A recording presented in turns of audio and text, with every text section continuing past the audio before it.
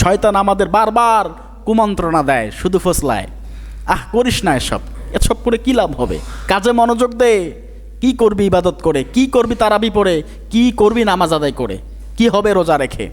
এরকম আমাদের বারবার শুধু কুমন্ত্রণা দেয়। এই শয়তানের ধোঁকা থেকে বাঁচার জন্য সব সময়ের জন্য বলবেন আউযু বিল্লাহি মিনাশ শাইতানির রাজিম। এটা সব সময়ের জন্য বলবেন। কিসে বলবেন? মনে মনে সব সময়ের জন্য বলবেন।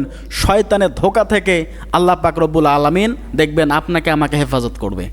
এই আমলটা করবেন সবসময় ইনশাআল্লাহ।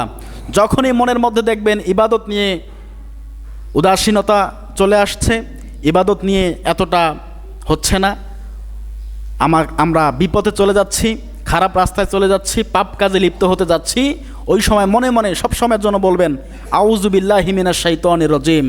কমপক্ষে 3 থেকে 4 বার বলবেন। যত বেশি বলবেন তত ভালো হবে।